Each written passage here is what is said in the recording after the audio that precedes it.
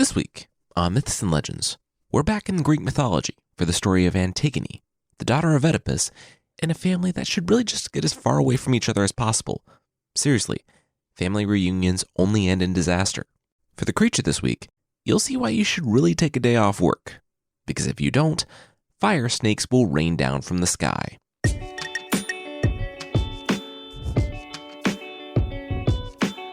This is Myths and Legends, episode 147B, Authority. This is a podcast where I tell stories from mythology and folklore. Some are incredibly popular stories you think you know, but with surprising origins. Others are stories that might be new to you, but are definitely worth a listen. Previously on this podcast, Oedipus, the king of Thebes, was exiled, and his sons, Eteocles and Polynices, took over, only to fight for the throne in a battle in which both of them died. The throne then passed to Creon, the brother of the former queen of Thebes. Creon ended up taking sides in the previous conflict by decreeing that Eteocles will be buried with honors, while his brother, Polynices, will be left to rot in the sun. Everyone loved this, except for Antigone, recently returned and the sister to the defeated brothers. Antigone was the one who had just stolen out of the city, under the cover of darkness, to do what was right, and defy the new king's order. She would bury her fallen brother.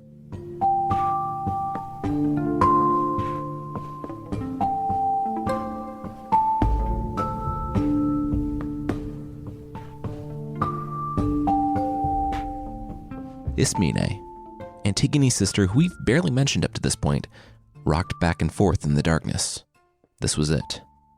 She was alone now. The curse was apparently real. There was something broken in Oedipus's family. Something that sought destruction, hungered for it. Her mother, brothers, and now her sister. Antigone had explained why they'd venture beyond the walls the moment the warm summer air brushed her face. She was going to bury Polynices. Ismene's eyes opened wide. She understood how Antigone felt. Polynices was her brother too, and the thought of him wandering the world for all eternity, never able to rest, made her shudder. But there was nothing they could do. The gods would understand. Their knees were forced to bend to a tyrant, their uncle, King Creon. The day had grown dark, and it had happened the moment Creon put forth an edict about the body. But it was revealed to be much more than that. It was an edict against even tacit support of Polynices' rebellion. Before nightfall, those who had recently been in support of his cause, even those just vocal about opposing Creon's ascension, well, they began to quiet down, and the most vocal began disappearing. Ismene rested her hand on her sister's shoulder. Antigone was just a woman, and Creon had placed armed guards around the body. "Please, let's go home," she begged. Ismene had never seen a person look so disgusted. She sneered. Just a woman? The gods had given them the laws that said her brother should be honored, and Antigone would do the right thing, no matter what the king said, no matter the cost. She'd show them what a woman could do. With that, Antigone turned and disappeared into the shadows, slipping away from the glow of the torchlights, toward the dimly lit battlefield beyond. In the distance, soldiers huddled around a small campfire, allowing only the crows to pass. So now, Ismene sat in her room by herself. Antigone could never do it, of course. She couldn't drag a full-grown, fully armored body away from the battlefield and bury him. Shouts from the streets broke the dam of tears, and Ismene ran to the window to see even more guards running out the gate, toward Polynices' body, toward Antigone. Minutes later, inside the castle, Creon slammed his fist down on the table, his rage causing all the nobles standing behind him to shudder. A thin layer of dirt over Polynices was all it took to undermine his whole reign. Of course, when he realized who defied him and gave Polynices a burial, he understood that it was not only his reign on the line, but his entire dynasty. Antigone. And here she stood, dirt caked onto the sweat on her arms and shoulders. "Did you do this?" asked Creon. "I did," Antigone replied. The king bit his lip. Why? Had she heard the edict? Didn't she know that this city, his reign, was dangling by a thread? What's wrong with her? Antigone looked him square in the eye. She followed the law of Zeus, not some... She looked him up and down. King. The edict was clear. and she knew what burying her mother's son meant. But leaving him unburied, that would have grieved her. For this, there was no regret.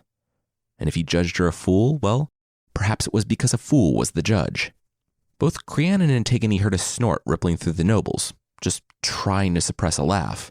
Creon turned to them, face contorted in anger, and they threw up their hands. Apologies. That line? Ooh, savage. Antigone took the lead. Look, we all die. That's the only thing we can be sure of in this life. So if I die for doing what's right, all the better. Is there anything more you want from me, other than my life? No? Good, because this conversation sucks and I hate talking to you, so get on with it already. Make me a martyr. But Creon shook his head. Oh, no.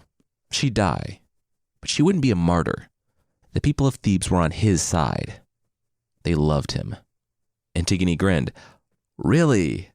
Okay, well, this shouldn't come as a newsflash, but when people are afraid Creon will use the state against them to boost his fragile ego, they're gonna say nice things to his face. The nobles shook their heads. No, what was Antigone talking about? They loved Creon and all of his new scary laws. Antigone narrowed her eyes.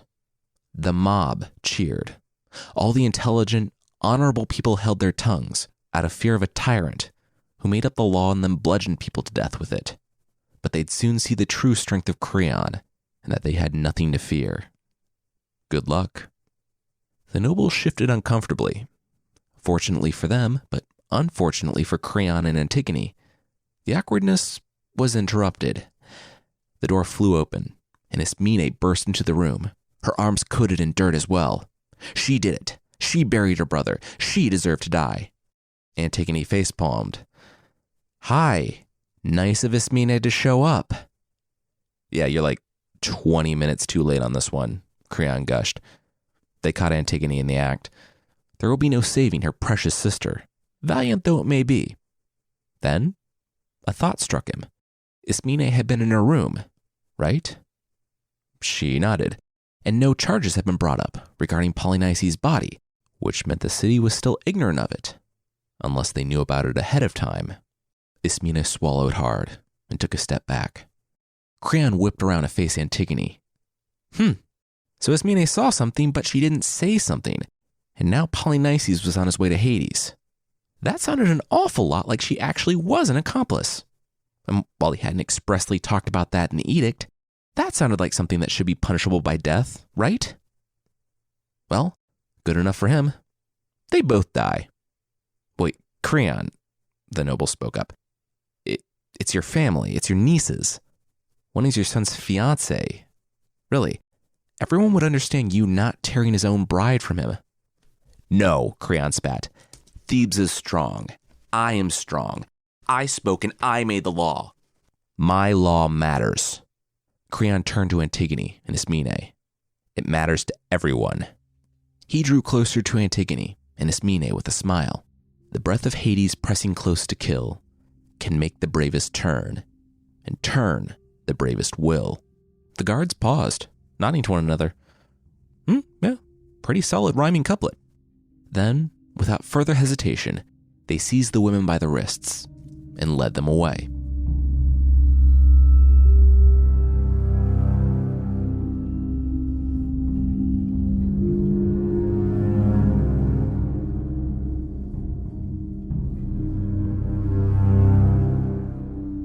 You can't learn without being wrong sometimes, without failure.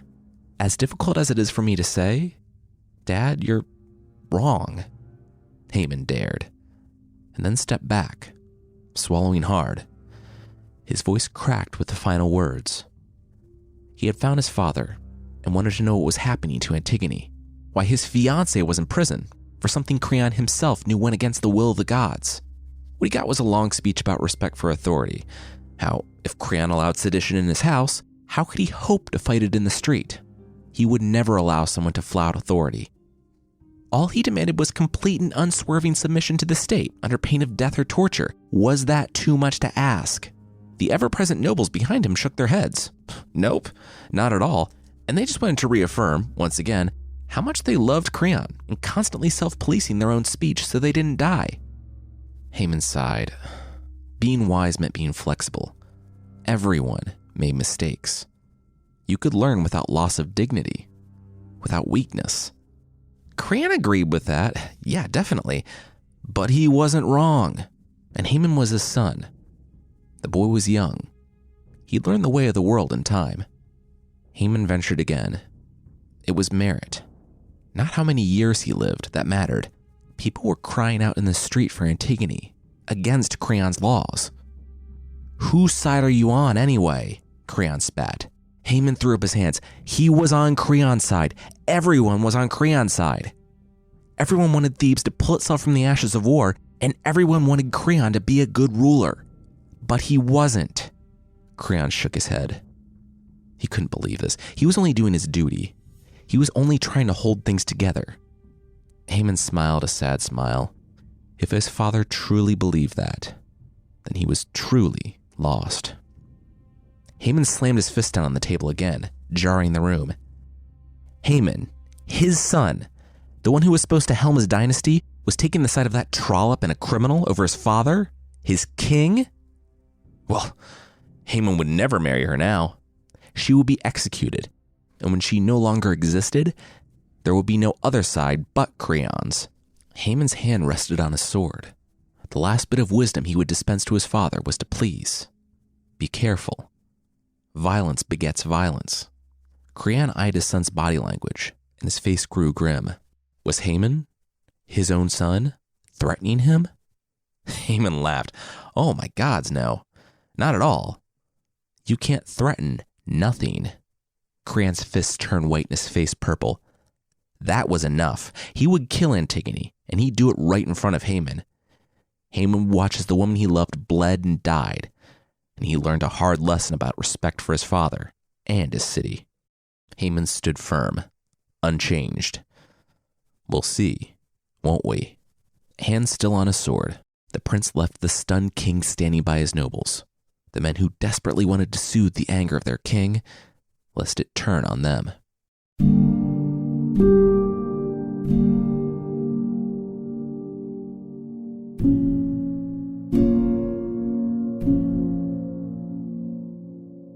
We'll see Creon follow through with his plan, but that will be right after this.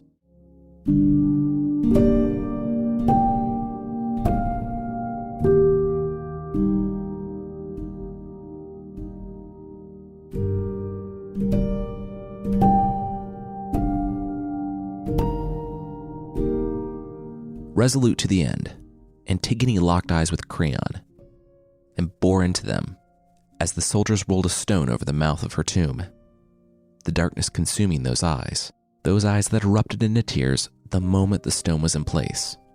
That last look had almost been enough to make Creon relent. But in the end, he did not, and it was done. Antigone would die. Creon was sure Ismene hadn't helped her sister, and so he released her. But the day's events left him on edge. Antigone, for all she had done, had been Creon's niece. That strayed a bit too far into the realm of killing a family member, so he'd come up with another idea. He'd seal Antigone into a tomb, with a rope and a knife. That way he didn't kill her. His nobles congratulated his decision the way they congratulated all of his decisions, and he beamed. He walked back to his palace, and when he walked in the door, he froze. How did you get in here? Tiresias, the old, blind prophet, groaned. Why was this so hard for people to understand? He was a prophet, okay? He could see the future. And when you knew who was going to be where and you had a magic staff from Zeus, it was really easy to sneak into places. This is really not the point of this at all. He was here because he had just come from advising King Adrastus of Argos. Creon interrupted him with a smile, thanking him then for all this. Worked out well. Tiresias pursed his lips. Yeah, that wasn't for him.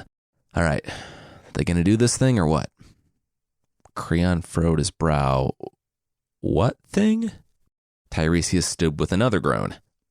You know, the thing where Tiresias says a prophecy, he misinterprets it as Tiresias calling him a fool.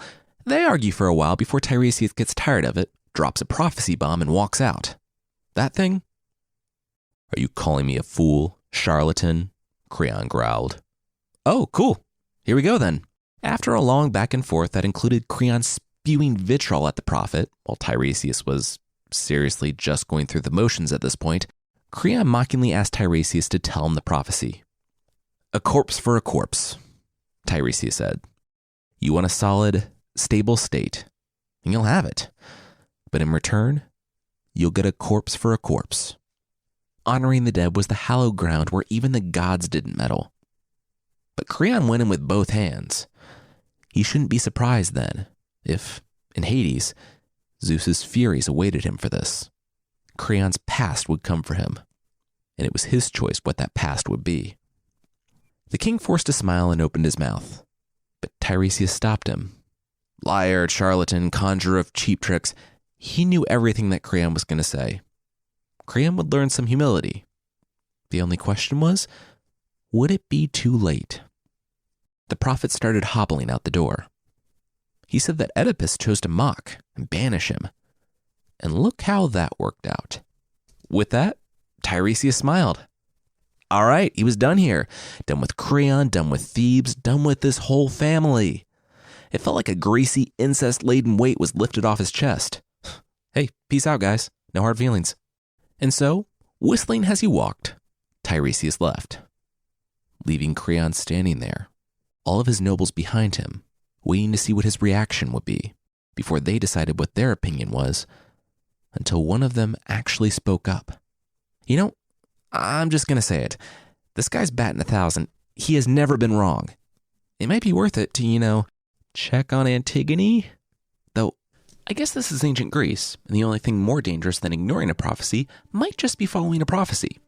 So, I'm just going to circle back to standing here quietly.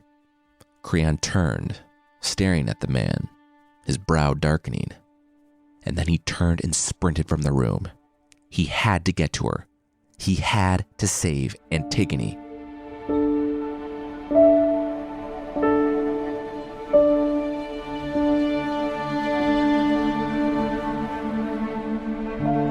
As he rushed through the palace, he called for servants. Anyone strong enough to move aside the stone. He only wanted Thebes to be strong, is what he told himself. It's what he told everyone. But it wasn't the truth. The truth was that he was scared. He was scared of this newly minted power slipping away from his grasp as quickly as it had fallen into his lap.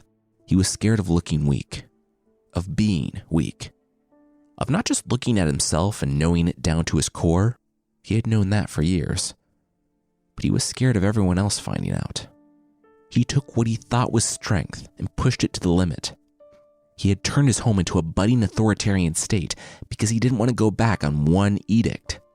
So now he ran. And as he ran, he prayed. He prayed that it wouldn't be too late, that Antigone was still alive, and that his son would forgive him. When he arrived at the tomb, he called out to Antigone to wait. He was changing his mind. She was forgiven. Polynices could be buried after all. There would be no response, he knew, even if Antigone had heard him. The stones were thick. They were meant to keep everyone out. The people, everyone who had supported Antigone, flocked to the tomb as Creon led the way, wedging a log beneath a massive stone and pushing. Together they strained, sweat soaking their tunics, and the stone rolled free. Creon smiled and called out into the darkness. Eyes adjusting, he saw them. He saw Antigone's feet. He ran to her and lifted her up, but it was too late. She dangled from the ceiling of the tomb. She had done it shortly after they sealed it. Reaching over, he cut the rope himself. It was then that a shadow darkened the mouth of the cave. Creon, tears streaking his cheeks, turned and saw Haman, his son. The king held up his hands. Haman shook his head and held up a finger. Creon had gotten what he wanted. It was what he threatened, right? Antigone dead right in front of him? It seemed that Creon had won. Choked with grief, and still freshly alarmed at the ominous prophecy, Creon tried to speak, but Haman kept going. It was a political match, yes, but he loved her. And why did she have to die? Creon's ego, so his name would be respected, feared? Haman drew his sword, and Creon stepped back, stumbling slightly on a rock. Haman smiled. If he killed Creon, he would have the throne. He would be king, but he would forever be living in a house built on this foundation. He could spend his life running from Creon's name, but it would forever be pinned to him. As long as Haman lived, Creon won. Haman took a step forward. His sword pointed at his father's chest, and then he turned it and plunged it into his own stomach. He did it until he couldn't do it any longer, and then he dropped to the ground. With his final strength, he crawled. Creon bent down to take his son into his arms, but Haman swatted him away, mouthing for him to move. When the servants dared to enter the darkness of the tomb, they followed the blood smear and found Creon crouched and crying next to his son. Haman had died, holding Antigone. In the play, Haman's story ends with corpse wrapped in love with corpsey lies, married not in life, but in Hades. Creon stumbled back to the palace. It wasn't long before a servant rushed into the room to find Creon just standing there, his son's blood on his hands. The servant lowered his head and made the announcement that he had come in there to deliver. Eurydice, Creon's wife and queen, was dead. With news of what Creon had driven their son to do, she no longer wanted to live in a world without him or with the man who had led him there. Her final words were curses for the king. Creon crumbled. His son's demise had crushed him, and this news crushed him anew. He sobbed, doubling over on the floor. He looked to his own dagger, but he turned away. It would make their deaths meaningless. Everything he'd done, well, he'd said it was for Thebes. And if he took his life now, Thebes would crumble too. The thing that had taken away his family now tethered him to life. A constant reminder of what he had lost, what it had cost. The play ends in a scene where Creon cries out, asking where he can look for hope when everything he touches is lost. When death has leapt upon his life, there's a chorus that leaves us with the following. Where wisdom is, there happiness will crown, a piety that nothing will corrode, but high and mighty words and ways are flogged to humbleness, till age, beaten to its knees, at last is wise.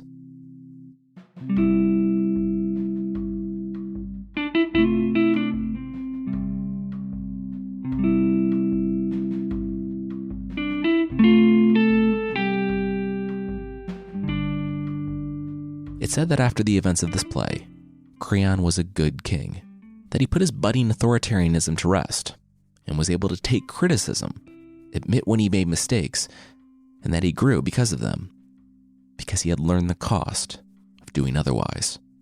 In a later play by a different playwright, Creon is killed when a rival king attacks his kingdom, but then that king is also killed when the sons of the Seven, the heroes from last week, with a penchant for lifting in arts and crafts, returned with Theseus, the king of Athens, on one of his last campaigns to avenge their fathers.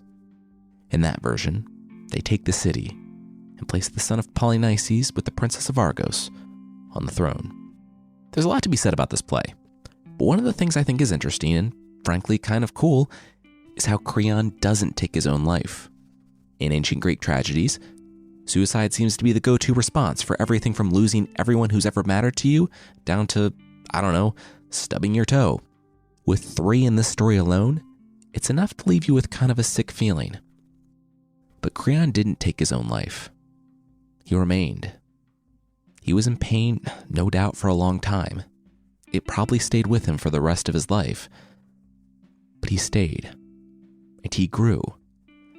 And the people around him, his city, and his world were all better off because he made that choice. Next week, it's one of the most requested stories for the show, the story of the Monkey King and the start of the journey to the West. If you've never heard it, it is amazing. I'm so excited to finally start it. I want to say thanks to Hopleaf70, Cool Cake 97, Mike Hirsch, Kelsey772, Rain Chaser, Clue CK81, Captain Asia, 1964 Greg, Saruman 2.0, Trojan 72, Endomatrix, SDC 668, Albie Ilba, Dead Judge, and Gregor McAlpin for the reviews on Apple Podcasts. Thank you so much for the reviews. And if you'd like to leave one, Apple Podcasts is still the best place. And you can find the show there at apple.mythpodcast.com. There is also a membership thing on the site. For less than the cost of a ridiculous-looking zip-up portable infrared sauna that, quote, makes it easy to enjoy your sauna everywhere you go, you can get extra episodes, source pack ebooks, and ad-free versions of the show that you can enjoy virtually anywhere you could take your portable sauna and won't catch on fire after the third use. For more info, check out support.mythpodcast.com.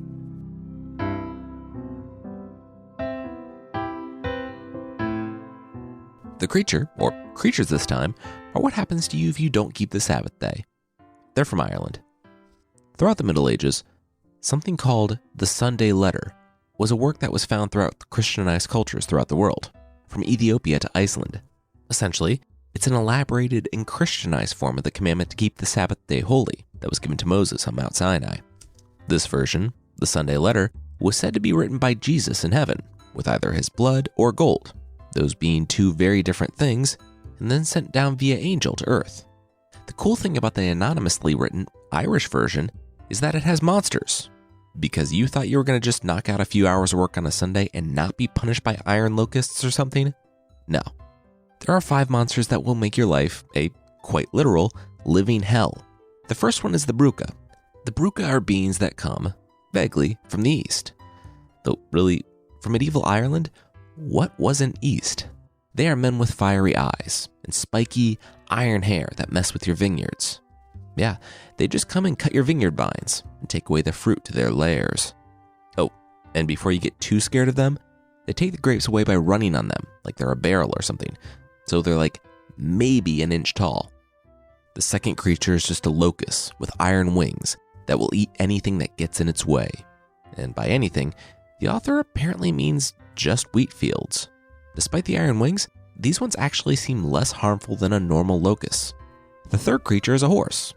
Well, okay, it's what happens to you if you ride a horse on a Sunday. Basically, there's a horse waiting for you in hell, and yes, this one is on fire, and also yes, you will feel that when you're forced to ride it forever. I'm not sure if this one has been updated, and if I drive on Sunday, I'll be forced to, sit in a flaming Prius for all eternity or something. The fourth creature is what brought me to this whole Sunday letter thing in the first place. It's the Naithrag Lumning. They're flying snakes, whose power pretty much makes up for the other 4. First, as someone who hates snakes to an almost Indiana Jones level, flying snakes are enough for me. Not enough for the Sunday letter, though, because they also breathe sulfurous fire and will burn families and nations alike. Oh, and their arrival is a precursor to non-Christian invaders who will come to take the locals hostage and sacrifice them to foreign gods. Yeah, God's not joking around about you taking a day off. The fifth one is both kind of the worst and also not the worst at all. Apparently in the depths of hell, huge, horrible monsters exist who only want to rise to the surface of the earth and punish people for breaking the Sabbath. But they're also incapable of leaving hell because God's mercy towards humanity keeps them in their place.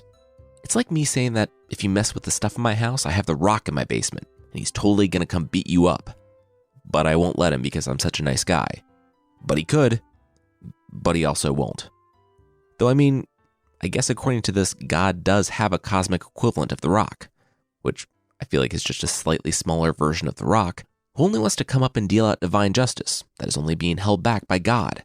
So I guess I should probably be thankful. I have to say, these monsters seem pretty effective. Like, I don't want fire snakes raining down from the sky to destroy my family and nation, but, maybe the anonymous author went a little too big on that one. Little guys riding grapes? Kind of adorable, and easy to say it happened, when maybe animals just came and ate the grapes. Also, can you prove that the locusts that ruin your wheat didn't have iron wings? No? And the promise of a fire horse and the threat of monsters that definitely exist but you'll definitely never see are easy to get by. But what happens when Bob decides to knock out that report before the Monday meeting and, hey, fire snakes didn't rain down from the sky, because that would be news. That's not something you can fake. Still, though, fire snakes sound terrifying, so if you can, a day off is always good for you.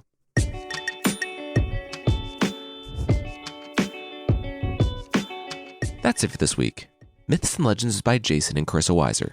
Our theme song is by the band Broke for Free, and the Creature of the Week music is by Steve Combs. There are more links to music in the show notes, and I want to say thanks again to Simply Safe for sponsoring us this week. There are over 2 million burglaries reported each year, yet only 1 in 5 homes have home security. Maybe that's because most companies don't make it easy. That's why Simply Safe is my top choice, hands down. Simply Safe protects your whole home, every window, room, and door with 24/7 monitoring for a fraction of the cost. Visit simplysafe.com/legends and you'll get free shipping and a 60-day risk-free trial. You've really got nothing to lose. Go now to simplysafe.com/legends so they know our show sent you. That's simplysafe.com/legends. All right. Thank you so much for listening, and I'll see you next time.